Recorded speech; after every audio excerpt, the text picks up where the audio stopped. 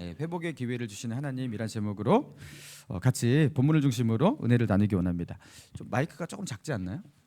약간 작은 감이 있는데 저게 아니 좀 마이크가 작은 것 같아요. 모니터도 그런 것 같은데 자 조금만 올려주시면 됩니다. 자 사무엘상 13장에서요 블레셋 사람들과의 전쟁 중에서 사무엘의 이 불순종이 드러나죠. 사무엘이 오기까지 이래를 기다려라. 그 명령을 지키지 못하고 하나님 앞에서 결국에 왕으로서 그는 불합격 그렇게 판정을 받았던 사울 왕이었습니다. 자 그리고 사무엘상 14장에서는요 블레셋과의 전쟁에서 믿음으로 나가 싸웠던 그 요나단 아들 요나단과 다르게 오히려 이스라엘 백성들에게 걸림돌을 만들고 그들을 피곤하게 만들고 그죠 곤란하게 만드는 그런 판단과 행동을 그렇게 일삼았던 사울이었습니다. 자 사울의 인생에 그 어두움의 그림자가 짙게 드리우고 있는 것 여러분 우리가 느껴지고 있습니다. 자 그리고 사울은 과연 하나님이 세우신 이스라엘의 왕으로서 역할을 잘 해낼 수 있을까 계속할 수 있을까 할 수 없을 것 같다라는 그런 느낌을 주는 사울입니다. 자 그런데 오늘 본문에서 좀 의외의 사건이 일어나고 있는 거예요. 자 아말렉을 진멸하라 이 명령을 누가 누구에게 하고 있는 거예요? 하나님께서 사울에게 하고 있는 거예요. 자 그런데 이게 아주 중요한 명령이기 때문에 이게 의외예요. 이거는 아주 중요한 과업입니다. 자 그런데 그것을 그 중요한 일을 누구에게 맡기고 있냐면 사울에게 맡기고 있다라는 겁니다. 자 먼저 아말렉을 진멸하라고 하신 그 이유를 알아야겠죠. 자 2절 보니까 같이 읽어볼까요? 시작. 만군의 여호와께서 이같이 말씀하시기를 아말렉이 이스라엘에게 행한 일 곧 애굽에서 나올 때에 길에서 대적한 일로 자 3절도 시작.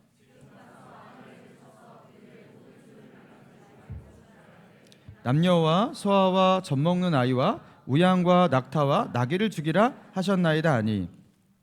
자 이스라엘 백성이 출애굽에서 광야로 그렇게 들어가던 시절의 이야기입니다. 이스라엘 백성이 홍해를 가르고 나오면서 이렇게 이제 광야로 진입을 했어요. 자 그런데 얼마 안 있다가 이 무방비로 있었던 이스라엘 사람들이 아말렉의 습격을 받습니다. 그리고 그때 아말렉의 습격을 받으면서 이스라엘은 대단한 피해를 입게 되는데요. 자 그래서 신명기 25장에 보면요 하나님께서 모세를 통해서 이렇게 명령을 하시거든요. 신명기 25장 17절 이하에 너희가 애굽에서 나오는 길에 아말렉이 내게 행한 일을 기억하라. 그 옛날에 있었던 그 아말렉 때문에 피해를 본 그 일을 너희가 잊지 말고 기억하래요. 자 그러면서 하시는 말씀이 곧 그들이 하나님을 두려워하지 아니하고 너를 길에서 만나 너의 피곤함을 타서 내 뒤에 떨어진 약한 자들을 쳤느니라. 그러므로 내 하나님 여호와께서 내게 주어 기업을 얻게 하시는 땅에서 내 하나님 여호와께서 너로 사면에 있는 모든 대적을 벗어나게 하시고 내게 안식을 주실 때에 너는 아말렉의 이름을 천하에서 도말할지니라. 너는 잊지 말지니라. 자 이스라엘 백성들이 애굽에서 종으로 노예로 그렇게 살고 있었고요. 거기서 소와 양만 키우고 그렇게 목축업에 종사하고 있었습니다. 자 그들에게 무슨 무기가 있었겠습니까? 그들이 무슨 전쟁을 치러 받겠습니까? 이스라엘은 처음으로 적에게 이렇게 공격을 받아본 거예요. 속수무책으로 당할 수밖에 없었던 것입니다.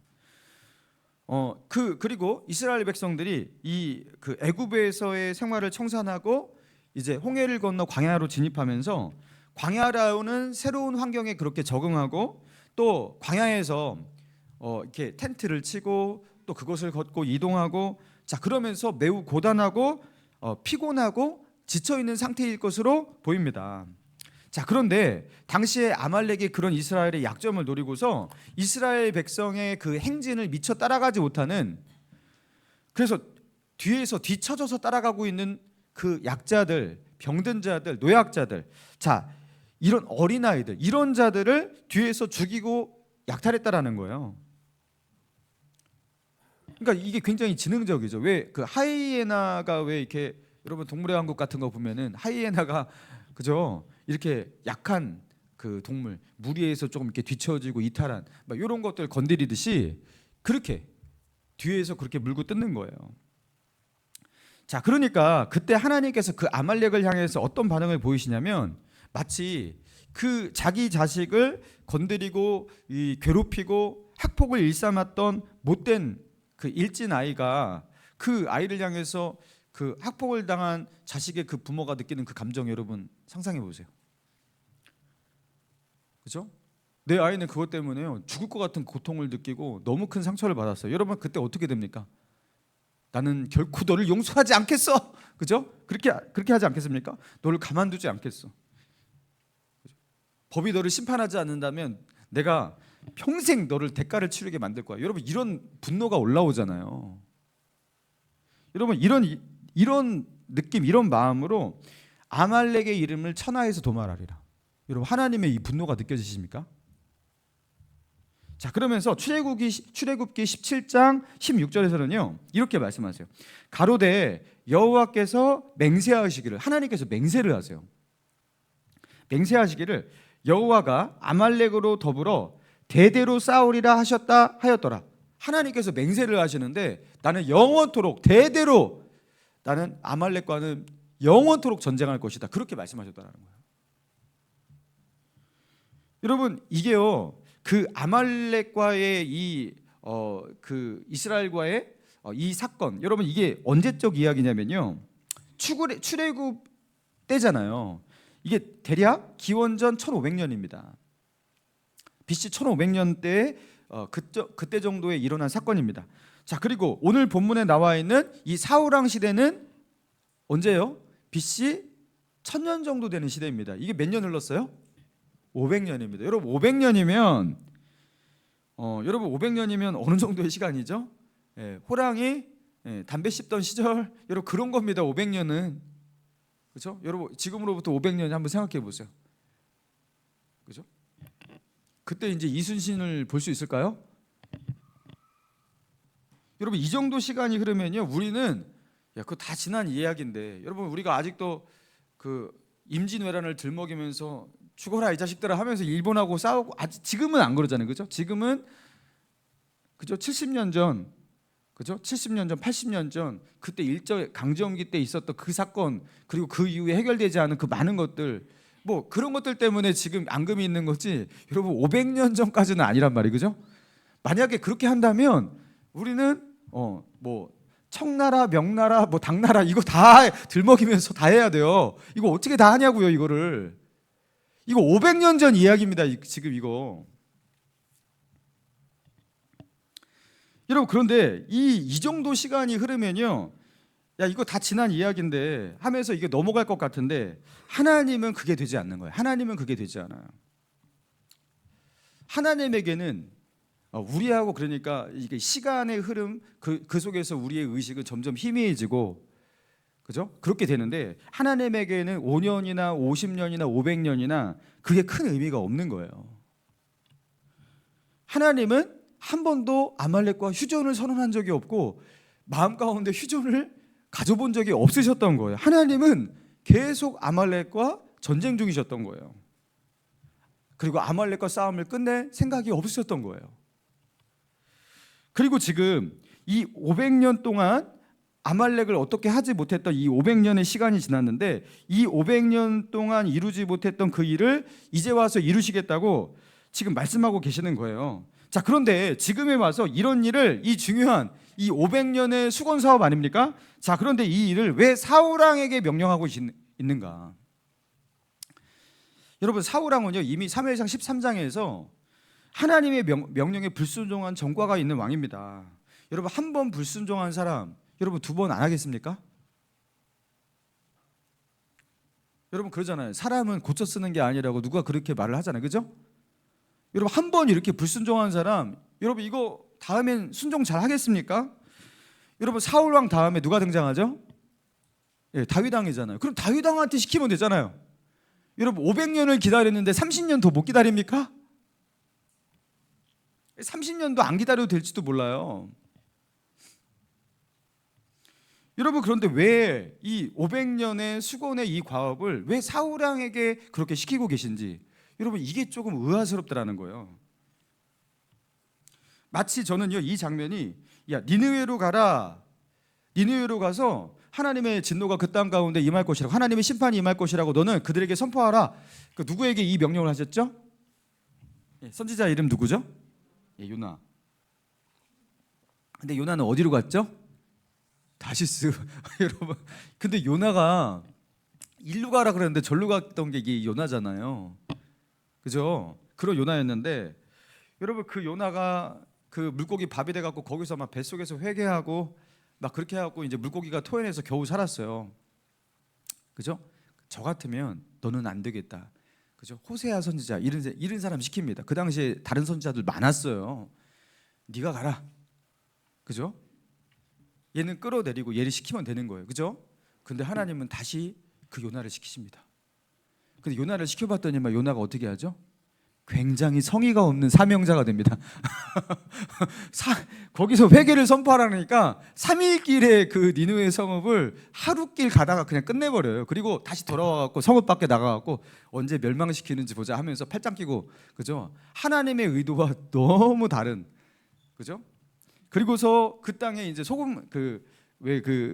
소돔과 고모라처럼 그냥 불이 막 이렇게 내려갖고 멸망시키길 기대했던 것 같아요. 그러니까 불이 안 내린다고 왜 하나님이 멸망시키지 않냐고 하면서 하나님과 싸우잖아요. 여러분 사람은 잘 안 변해요. 하나님께서 이렇게 하라고 했는데 막 저렇게 하는 사람 이거 안 바뀐단 말이에요. 잘 요나 보세요. 회개를 했는데도 이게 잘 안 바뀌어요. 아마 하나님한테 대들잖아요. 자기 그 호박 넝쿨 막 이거 끊어냈다고 왜 이러시냐고 하면서 막 하나님께 성토하고 막 그런 게 요나 아니겠습니까? 여러분 그런데 하나님은요 굳이 그 요나가 그런 거 알면서도 요나에게 시킨단 말이에요. 저는 요나서 보면서 그게 제일 이해가 안 가요. 하나님이 정말로 쓰시기 좋은 편한 사람, 충성된 사람 있단 말이에요. 그죠? 근데 왜 요나일까? 여러분 요나서의 미스테리는 그겁니다. 오늘 본문도 그런 거예요. 왜 사울인가? 아니 500년을 기다렸는데 30년 더 못 기다려요? 여러분 왜 사울왕입니까? 여러분 사울왕의 자질이 얼마나 부족한지 여러분 하나님이 모르시겠어요? 자, 게다가 이 전쟁의 특징이 무엇이냐면 무슨 전쟁이에요? 진멸전쟁입니다. 진멸전쟁. 자, 진멸전쟁은 그 당시에 사실 뭐 하나님께서 진멸하라 그랬지만 그 많은 부족들 그 당시에 고대 시대의 나라들이 많이 했던 전쟁, 그 진멸전쟁이에요. 왜냐하면 진멸을 하지 않으면 그들이 다시 어느샌가 다시 융성해서 복수를 합니다. 그러니까 이 전쟁을 종식시키기 위해서 고대 시대에는요 정말로 뭐 아이고 여자고 다 죽이는 진멸전쟁도 많이 했단 말이에요. 복수의 싹을 자르기 위해서. 자, 그런데 거기에 있는 하나님께서 명령하신 이 진멸전쟁의 특징은 무엇이냐면, 자, 모든 가축들, 숨을 쉬는 모든 동물들까지도 다 진멸하는 그런 진멸전쟁이었어요. 여러분 진멸전쟁 하면은 먼저 딱 떠오르는 전쟁이 무엇이냐면 여호수아의 가나안 정복전쟁입니다. 자, 가나안 정복전쟁을 할 때 하나님께서는 가나안 땅에 살고 있는 그 이방인들을 너희는 긍휼히 여기지 말고 그들을 진멸하라 그렇게 말씀하셨어요. 자, 그런데 그 진멸전쟁조차도 가나안 정복전쟁의 진멸전쟁조차도 짐승들을 죽이라고 하지 않으셨어요. 소와 양까지 죽이라고 하지 않으셨어요. 자, 왜입니까? 그 소와 양은요 그것들을 죽이면요 그거 어떻게 돼요? 그거 뭐 부패하기 전에 먹을 수 있는 거 먹고 나머지는 다 버려야 되는 거예요. 그렇지 않습니까? 자, 그것들을 소와 양은요 오히려 이스라엘 백성들에게 재산이 되고 식량이 될 수 있는 것이고 이 고대 시대의 가장 큰 그 재산이라고 볼 수 있는 것이 소와 양과 같은 그런 가축 아니겠습니까? 그리고 전쟁의 어떤 승리의 수단과 같은 것, 승리의 보상과 같은 것이 그 당시에 이런 가축들이었어요. 전쟁의 승리를 하면 그들이 가지고 있는 최대 자산, 그 재산이라고 볼 수 있는 그들의 가축을 나의 것으로 삼을 수가 있는 여러분 그런 것이었습니다. 자, 그런데 전쟁은 늘 위험한 것이지만 자기 목숨을 걸고 나가야 하는 것이지만 그런 목숨을 거는 위험 부담이 따르지만 그 위험 부담을 그 리스크를 감내하면 따라오는 보상이 꽤 큰 거예요. 물론 전쟁에서 패배하면 완전히 망해요. 그렇지만 전쟁에서 승리한다면 내가 열심히 땀 흘려 그저 수년 동안 아무리 일을 해도 벌 수 없는 거, 모을 수 없는 것들을 대보에 이렇게 획득할 수 있는 승리의 보상이 따르는 게 이 전쟁이라는 겁니다. 상대의 모든 재산을 탈취할 수 있게 되는 겁니다. 나의 것으로 다 가져올 수 있는 그런 보상이 따라오게 된다는 거예요. 자, 그러니까 목숨을 걸어야 하는 전쟁이지만 그것을 감내한다면 보상이 매우 크기에, 그럼에도 불구하고 목숨 걸고 싸우고 그랬던 것이 전쟁이에요. 고대 시대의 전쟁이고 사실 오늘날의 전쟁도 크게 다르지가 않습니다. 자, 하지만 진멸해 버린다, 이건 달라요. 사람뿐만 아니라 모든 가축까지도 진멸해 버린다? 여러분, 다 죽여버려요. 그러면요, 보상은 뭐가 있을까요? 여러분, 이거는요, 목숨 걸고 위험 부담만 있고 상처만 남는 전쟁이 되는 겁니다. 여러분, 이렇게까지 완벽한 진멸 전쟁은요, 아무에게도 이득이 없어요. 자, 그러니까 하나님은 사울에게 목숨 걸고 싸워라, 그리고 진멸해 버려라, 그리고 아무런 보상이 없는 전쟁, 아말렉을 향한 완전한 진멸 전쟁을 그렇게 명령하셨던 거예요. 자, 그렇게 이해하면서 우리 4절을 한번 넘어가 볼까요? 4절. 사울이 백성을 소집하고 그들을 들라임에서 세워보니 보병이 20만 명이요 유다 사람이 1만 명이라. 총 몇 명이에요? 그러니까 21만 명이죠. 자, 그러니까 21만 명의 병력이 사울을 중심으로 모였다라는 거, 여러분 이거 굉장히 사울 왕의 위상이 옛날과 다르다라는 걸 말해줍니다. 옛날에 사울이 믹마스에서 2,000명, 요나단이 게바에서 1,000명, 그들이 가고 있던 그 상비군이 3,000명이었어요. 그리고 블레셋과의 전쟁을 할 때, 자 모여라 싸우자 할 때 그저 오히려 모인 게 아니라 주둔군, 상비군까지도 흩어져 가지고 600명밖에 남지 않았던 그런 시절이 있었어요. 근데 지금요, 모이자 싸우자 이렇게 하니까 몇만 명이 모인 거예요? 21만 명. 야, 세월이 상전벽해죠. 완전히 달라진 거예요.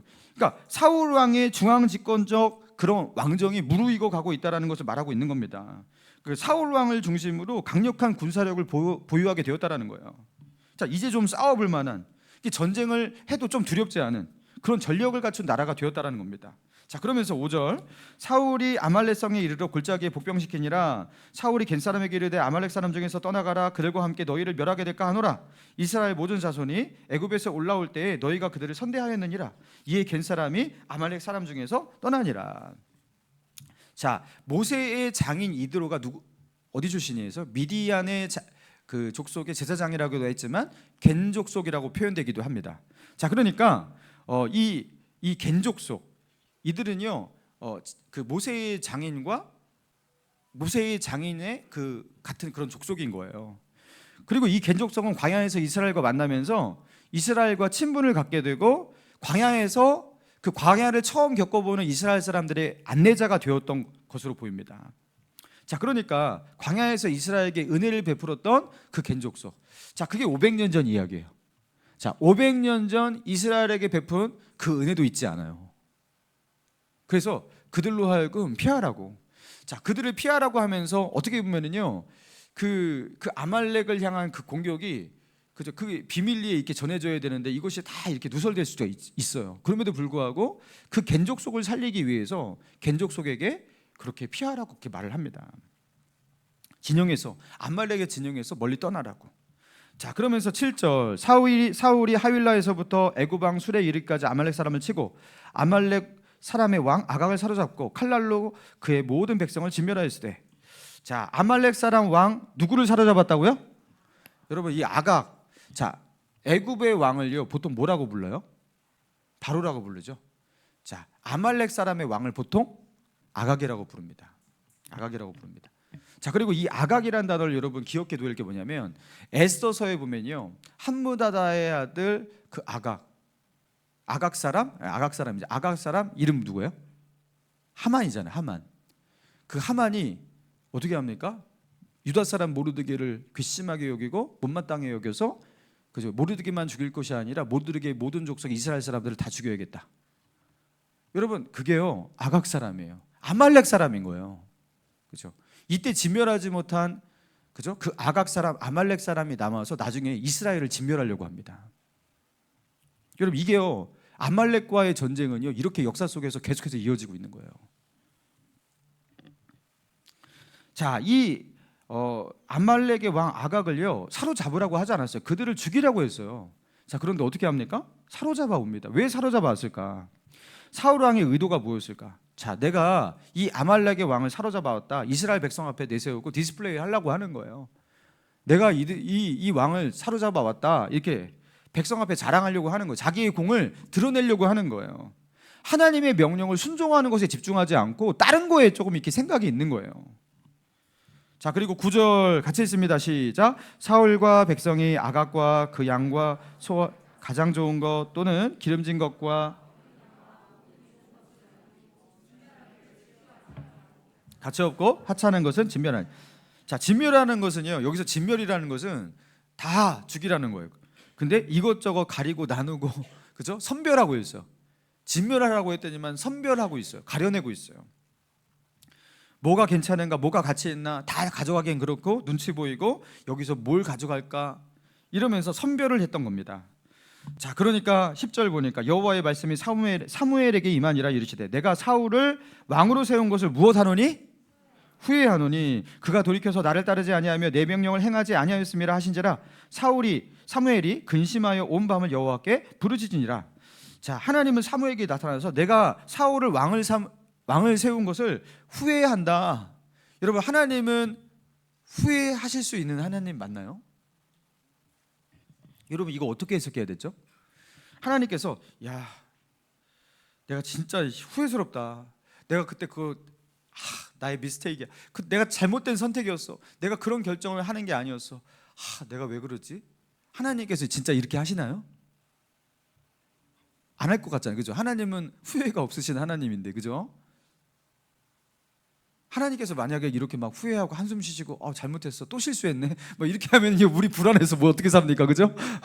막 천국 보내야 될 거 막 지옥 보내버리고 막 그리고 심판을 제대로 해야 되는데 심판도 막 오류가 있고 막 그러면 우리 어떻게 합니까, 그죠? 그게 아니란 말이에요. 그럼 여기서 말하는 하나님의 후회는 뭘 의미하는 것일까? 여러분, 이거는요, 하나님께서 어떻게 하시는 거예요? 자신을 의인화시키면서 우리와 같은 그 사람의 모습으로 의인화시키면서 자신의 안타까운 심정을 우리에게 표현하시고 토로하시는 하나님의 방법이에요. 하나님에게 무슨 후회가 있습니까? 하나님은 그런 실수를 하지 않으시잖아요. 그러니까 사울을 왕으로 세우면 안 됐었는데 내가 그거 잘못된 결정이었어 하면서 막 한숨 쉬고 자기 머리 때리고 이러는 게 아니라는 거예요. 그 사울을 향한 하나님의 그 안타까운 마음 있잖아요. 그 슬픔. 여러분, 그것을 전달을 하는데 여러분, 그 전달을 우리 시기로 그렇게 의인화해서 전달하는 그 방법인 거죠. 사랑하는 성도 여러분, 이 본문의 말씀을 통해서 하나님은 우리에게 무엇을 말씀하고 계시는 겁니까? 자, 하나님께서 500년의 수건, 이 500년 동안 기다려왔던 아말렉을 향한, 그죠? 그 진멸의 그 계획. 그런데 그것을 저 부족한 사람, 얼마 전에도 하나님께 순종하지 못하고 믿음 없음이 드러났던 불순종했던 사람, 그 하나님을 기다리는데 실패했던 사람, 여러분, 그런 전력이 있던 그 사울, 왜 그 사울에게 그걸 명령하시냐라는 거예요. 여러분, 그 이유가 무엇입니까? 왜 그러신 겁니까? 여러분, 이거 하나님께서 사울에게 무엇을 주시는 거예요? 이번 기회를 통해서 저 사울을 완전 끌어내려야겠다, 이거예요? 아니면 이번 기회를 통해서 사울에게 기회를 주시는 거예요? 기회를 주시는 걸로 저는 보입니다. 그렇지 않습니까? 자, 이거를 이해하기 위해서 여호수아 6장에 보면요, 이스라엘 백성이 요단강을 건너 가나안 땅에 들어가서 첫 번째 전투를 치르는데 요단강을 건너서 치르는 첫 번째 전투가 무슨 성과의 전투였죠? 여리고성 전투였잖아요. 이게 여리고성은 근데 매우 큰 성이고 견고한 성이라 이렇게 돼요. 그러니까 공성전을 하면서 여리고성을 정복하기에는 굉장히 부담스러운 그 성인데 그 성이 첫 번째 공략 대상이었단 말이에요. 자, 그런데 하나님께서 어떻게 명령하시냐면 그 성을 향해서 6일 동안 매일같이 한 바퀴를 그렇게 도는 거예요. 그리고 6일 동안 한 바퀴씩 돌다가 7일째는 몇 바퀴 돌아요? 네? 7바퀴. 이렇게 자신감이 없으시죠? 여러분, 성경 읽기 안 하고 계십니까 지금? 맨날 이거 제가 따지죠. 여러분, 성경 읽기를 하고 계셔야 됩니다. 이게 그러면은 이게 설교를 할 때도 설교의 그 내용들 여기 인용하는 거 이런 것들이 뭐 뚜렷이 기억을 안 하더라도 하고 막 다 따라가요. 성경 읽기를 하셔야 돼요. 어떤 분은 그래요. 성경을 읽는데 성경이 잘 이해가 안 돼서 답답하고 가슴이 답답하고 이해가 안 돼서 어떻게 해야 할지 모르겠대요. 그죠? 그 제가 물어봤어요. 그러면은 뭐 성경을 몇 독 하셨습니까? 그러니까 성경을 얼마 안 읽으셨더라고요. 여러분 성경을 한 5독 정도 하면요, 그죠? 이게 성경이 많이 보입니다. 이거 제가 해서 알아요. 저는 고등학교 3학년 딱 졸업할 때 성경 5독 했거든요. 성경이 꽤 보였어요. 10독 정도 하면은 이제 눈 감고서 스토리가 그려지기 시작합니다. 예. 여러분 그렇게 되고 싶으시죠? 성경을 읽으세요. 성경을 읽으세요. 그러니까 성경을 또 이렇게 어떤 분은요, 막 이렇게 경주하듯 읽어, 다다다다다 빨리 읽어야 돼 하면서 이렇게 읽어. 그렇게 하면 또 하나도 기억이 안 나요. 성경을 자기의 삶과 함께 천천히 끄시면 됩니다. 자기의 삶과 함께 자기의 삶 속에서 말씀하시는 그 인격적인 어떤 그런 만남이 있는 그런 하나님의 말씀이 돼야죠. 그래야지 성경이 기억에 남거든요. 여러분 그렇게 성경을 페이스 조절하면서 읽으시면 돼요. 성실하게, 꾸준하게, 계속해서. 자, 공성전을 이렇게 하는데 마지막에 이제 7바퀴를 도는 거예요. 여리고성을 7바퀴 딱 돌고서 뭐 하죠? 나팔을 불고 소리를 크게 지르니까 성이 무너집니다. 자, 그러면서 이제 성에 이제 들어가갖고 이제 그 여리고성 사람들과 이제 싸우는데, 자, 그때 여호수아 6장 17절. 여러분 여기 보면요, 혹시 이거 빨리 피실 수 있는 분은 펴도 좋을 것 같아요. 여호수아 6장 17절. 자, 빨리 피실 수 있는 분은, 아닌 분은 그냥 들으셔도 됩니다. 제가 읽어드릴게요. 이 성과 그 가운데 모든 물건을 여호와께 바치되 기생 라합과 무릇 그 집에 동거하는 자는 살리라. 이는 그가 우리의 보낸 사자를 숨겼습니다. 너희는 바칠 물건을 스스로 삼가라. 너희가 그것을 바친 후에 그 바친 어느 것이든지 취하면 이스라엘 진으로 바침이 되어 화를 당케 할까 두려워하노라. 은금과 동철 기구들은 다 여호와께 구별된 것이니 그것을 여호와의 곳간에 드릴지니라. 이에 백성이 외치고 제사장들은 나팔을 불매 백성이 나팔 소리를 듣는 동시에 크게 소리질러 외치니 성벽이 무너져 내린지라. 백성이 앞으로 나아가 성에 들어가서 그 성을 취하고 성중에 있는 모든 것을 다 멸하되 남녀 노유와 우양과 나귀를 칼날로 멸하니라. 자, 성 안에 있는 모든 것을 다 진멸하라. 이게 진멸 전쟁이죠. 자, 그런데 사람과 모든 가축들도 진멸하래요. 자, 양상이 비슷하죠. 아말렉 진멸하고. 자, 그런데 금, 은, 동철 모든 장신물은 여호와의 곳간 안에 드려야 한대요. 그리고 그러면 이 전쟁, 여리고성 전쟁에서 이 전투에서 승리 수당, 승리의 보상은 뭐가 있습니까? 없어요. 아무것도 없어요. 아무것도 노획할 수 없어요. 그러니까 이거는 아무것도 노획할 수 없는 전쟁이다, 이렇게 말하고 있는 거예요. 그러면서 아까 읽었던 17절을 다시 한번 주의 있게 보면요, 이 성과 그 가운데 모든 물건은 여호와께 어떻게 해요? 예, 여호와께 바치는 거예요. 자, 그리고 18절, 너희는 바칠 물건을 스스로 삼가라. 이거는 하나님께 바쳐질 것들이다. 그런데 그 바친 것을 어느 것이든지 너희가 취하게 된다면 오히려 너희가 바침이 되어서, 그러니까 하나님께 바쳐줘야 될 것을 내가 이렇게 품고 있으니까 내가 하나님께 바쳐진다라는 거예요. 내가 여기서 바쳐진다라는 것은 제사의 제물이 된다라는 거예요. 죽는다 이 소리예요. 화를 당하게 된다라는 거예요. 여러분 여리고성 전쟁은요, 아무것도 취해서 안 되는 온전히 하나님께 바쳐지는 전쟁입니다. 자, 그런데 여기서요, 꿈쳐두고 자기 것으로 취한 사람이 있었죠. 그 이름이 아간. 거기서 은금 조금 취하고 외투 한 벌 취하고, 그래서 아이성 전투에서 패배했잖아요. 그거 해결해야 됐잖아요. 자, 그러니까 하나님께 헌신하는, 하나님께 전적으로 모든 것을 바치는, 여러분 이 진멸 전쟁은 하나님께 헌신하고 하나님께 바치는 전쟁인 거예요. 그러니까 승리 수당이 없어요. 하나님께, 여기 진멸 전쟁은요, 하나님께 헌신하는 전쟁이에요. 거기서 내가 무언가를 취하고 대가를 취하면요, 헌신이 아니잖아요. 그렇죠? 대가를 취한 것은 헌신이 아니잖아요. 위험했어요. 그렇지만 위험에 대한 대가가 크게 있어요. 수당이 있어요. 그렇다면 그거는 헌신이 되지가 않잖아요. 헌신은 대가가 없어야 돼요. 대가를 받지 않아야 돼요. 하나님은 그런 전쟁을 하기 원하셨던 겁니다. 그러니까 앞으로의 가나안 정복 전쟁 속에서 하나님이 주시는 승리를 원한다면 너희는 먼저 헌신하라는 거예요. 그래서 첫 번째 전투 속에서 그들이 하나님께 헌신하기를 원하셨던 거예요. 그게 여리고성 전투였던 겁니다. 사랑하는 성도 여러분, 하나님은 왜 사울에게 아말렉 진멸 전쟁을 하라고 하셨을까? 하나님은요, 이스라엘 백성이 여리고성 전투를 통해서 그들이 하나님께 먼저 바치고 하나님께 헌신하기를 원하셨던 거예요. 그죠? 그런 것처럼 사울이 어떻게 하기를 원하셨던 거예요? 아말렉과의 전투를 통해서, 아말렉과의 전쟁을 통해서 진멸 전쟁을 하면서 아무것도 가져올 수 없어요. 그러면서 사울이 어떻게 하길 원하셨던 거예요? 자신의 탐욕을 버리고 자신의 권력욕도 버리고 그리고 자기의 백성들에게 탈취물을 주면서 그들에게 인기 뭐 이런 것들을 얻는 것도 다 버리고 사울이 순수하게 하나님을 찾고 하나님을 붙드는 믿음의 사람이 되기를 원하셨던 거예요. 그에게 기회를 주시는 겁니다. 그러니까 아말렉 진멸 전쟁은요, 사울이 하나님께로 돌아갈 수 있는, 하나님께 헌신할 수 있는 기회였던 거예요. 그가 믿음으로 다시 살아갈 수 있는 기회, 하나님과의 그 망가져버린 그 관계를 회복할 수 있는 기회, 하나님께서 그에게 주십니다. 500년 동안 하지 못했던 일, 왜 하나님께서 500년 동안 못했던 일을 이제 와서 지금 사울에게 명령하시냐라는 거예요. 여러분, 이거 사울에게 주시는 엄청난 기회입니다. 그리고 반대로요, 이 전쟁은요, 사울에게 엄청난 시험입니다.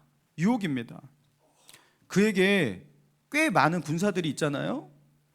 그리고 그들을 이끌고 기세등등하게 아말렉을 쳐부시고 그리고 그 전쟁에서 멋있게 승리하고 그리고 그 전쟁의 공로를 자기에게 돌리고 그리고 그 전쟁의 승리 수당으로 그들에게 탈취물을 하나씩 한 주먹씩 그냥 많이 가득 안고 돌아가게 해준다면 사울은요, 인기 있는 왕이 될 수 있는, 그죠? 자신의 권력을 더 공고하게 만들 수 있는, 백성들의 지지 기반을 더욱더 강하게 만들 수 있는 그런 유혹의 시간이고, 그죠?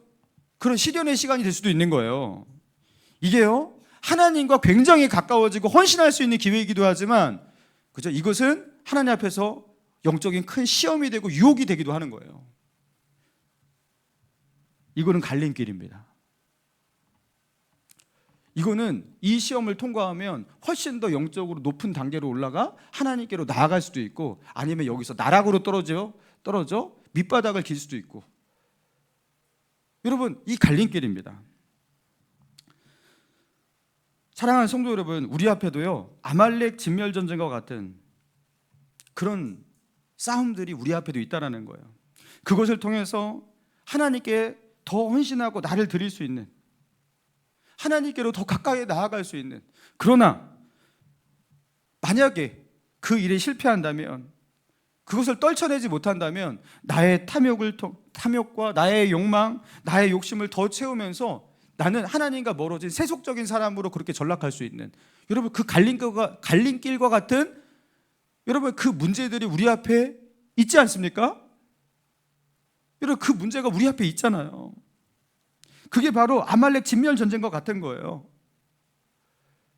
내가 이것을 해결해야 돼요. 하나님께 순종해야 돼요. 근데 그 속에서 이걸 하나님께 순종하면 하나님이 주시는 은혜가 얼마나 큰지, 하나님과 얼마나 가까워지는지, 내가 믿음으로 살게 되는지 알아요. 그렇지만 이 속에는요, 나에게 주는 너무나 큰 달콤함이 있고 유혹이 있어요. 야, 이렇게 살면 내가 너무나 이거 좋아하는 거 있는데, 내가 나 무슨 재미로 살지? 내가 이것 가지고 내가 지금까지 이렇게 평안하게 살았는데 내가 이걸 어떻게 포기하지? 막 이런 게 많단 말이에요. 그게 바로 아말렉 진멸 전쟁과 같은 것입니다. 하나님은 사울에게 선택하라고 말씀하시는 겁니다. 아말렉을 진멸하라 말씀하시면서 사울에게 다시 기회를 주고 계시는 겁니다. 그리고 너는 그 전쟁을 하라고, 하나님의 명령대로 싸우라고.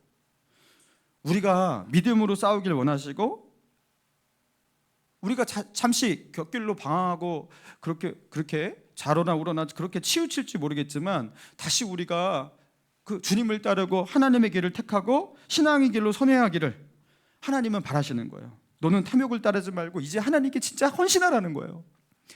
너의 길을 쫓아 살아가지 말고 주님의 길을 쫓아 주님을 따르는 삶을 이제 한번 살아보라는 거예요. 여러분, 이게 우리 앞에서 우리가 싸워야 될 그 싸움이잖아요.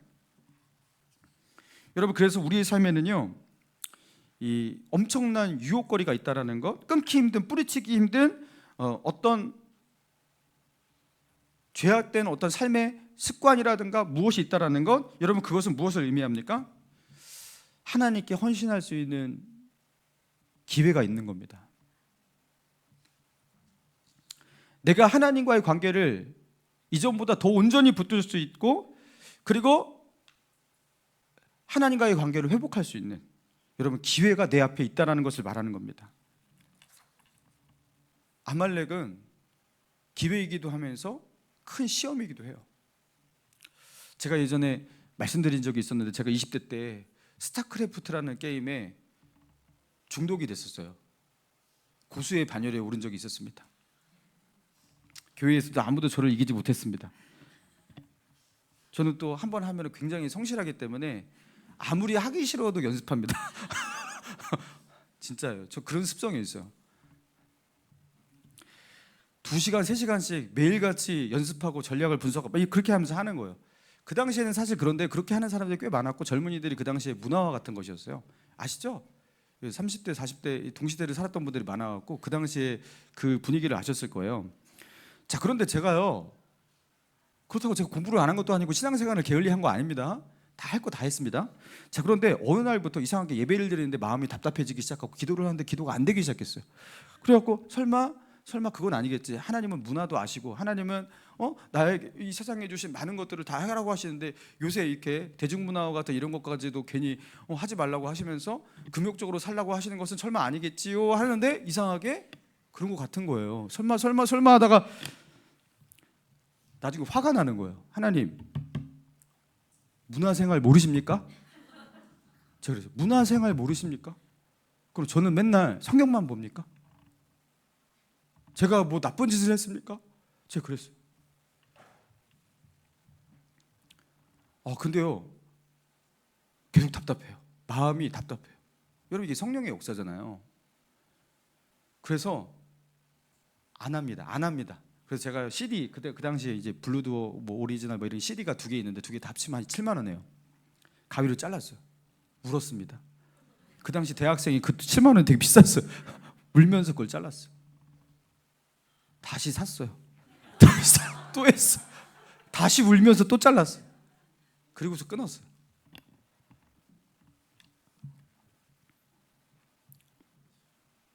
그러면서 뭐 아예 안 했던 거 아니에요. 그리고 친구들하고 뭐 PC방 가서 뭐 한두 번씩 하고 그런 건 하죠.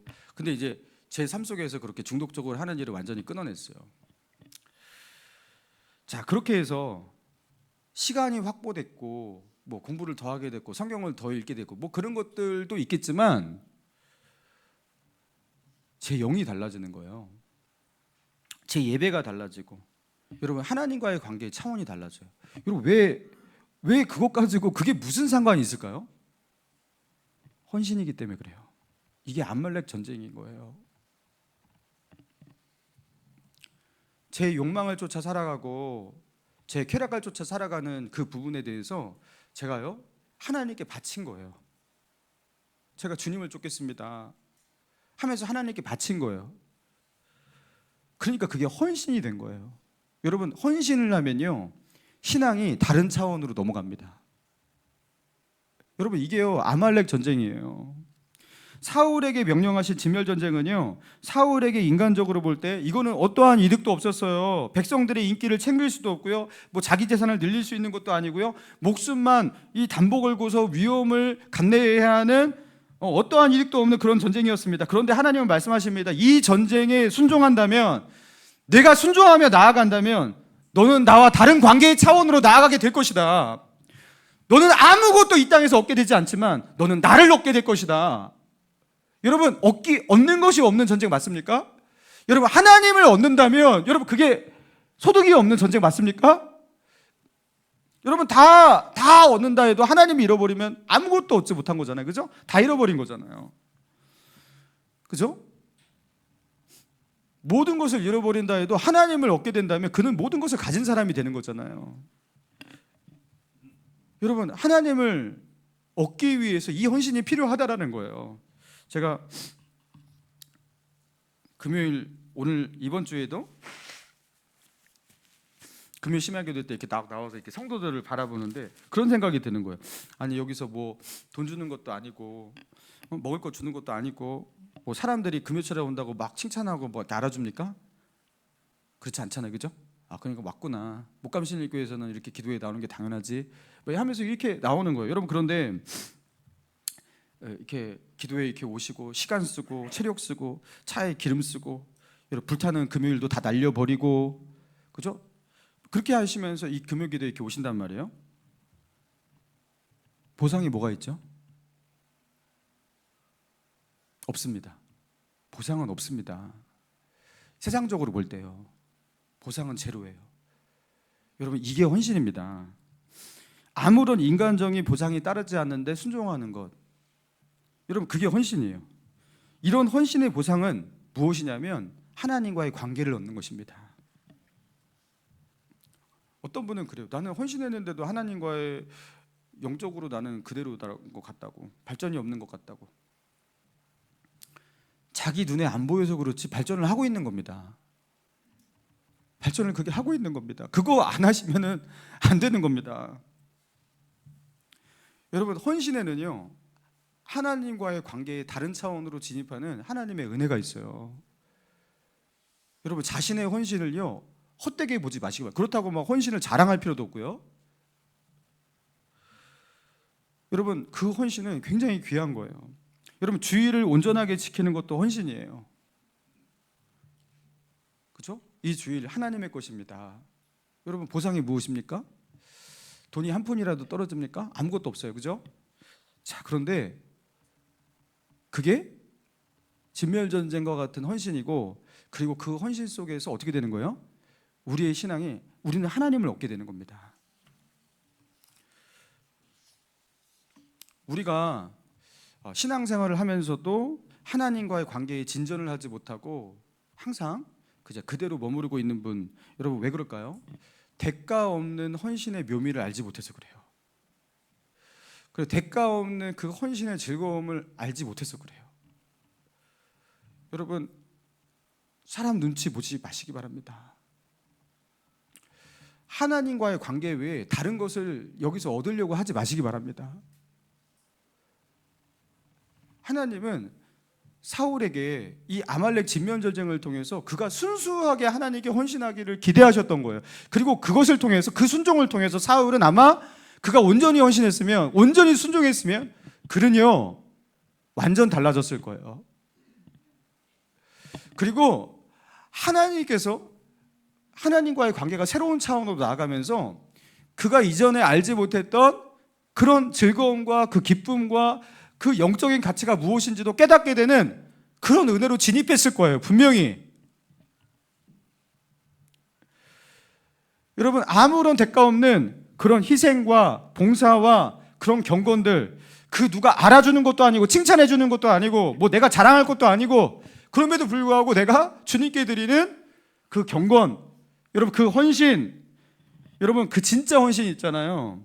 여러분 그거는요 하나님께 대한 헌신이기 때문에 강력하게 역사하는 거예요. 하나님을 얻게 되는 겁니다. 하나님을 얻게 되는 겁니다. 우리의 신앙은 새로운 단계로 접어드는 거예요. 그래서 하나님은요 가나안 정복 전쟁 첫 번째 전투에서, 여리고성 전투에서 온전한 헌신을 먼저 요구하셨어요. 온전한 헌신을.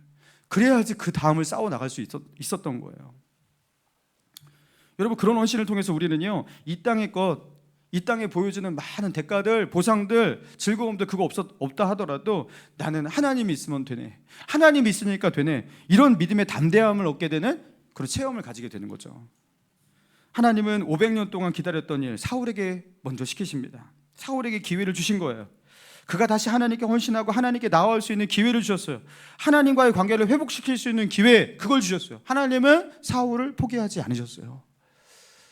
사울을 너무 쉽게 버리는 느낌이 있어서, 그죠? 하나님 너무 무섭다 이런 느낌이 있었는데, 알고 보니까 사울을 하나님은 포기한 게 아니에요. 사울에게 다시 기회를 주세요. 사랑하는 성도 여러분, 주님께서 지금도 우리에게 기회를 주십니다.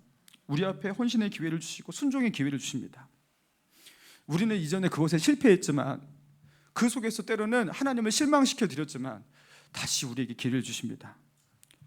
그것을 가지고서 우리는 세상의 욕망을 채울 수 있는 기회로 삼을 수도 있어요. 그것을 순종의 기회로 삼지 않고, 그죠? 하나님과 더 멀어지는 그게 시험이 되고, 그죠? 걸림돌이 될 수 있어요. 그러나 순종한다면 하나님과의 더 깊은 관계로 나아가고 우리의 영이 회복될 수 있는 기회가 되기도 합니다. 그리고 우리는 하나님을 얻게 되는 겁니다. 사랑하는 성도 여러분, 이 땅의 것 더 얻고 그것을 탐내려고 하다가 하나님을 잃지 마시고, 여러분 순종하시고 믿음의 싸움에서 승리할 수 있는 저와 여러분 되시기를 주님의 이름으로 축원합니다.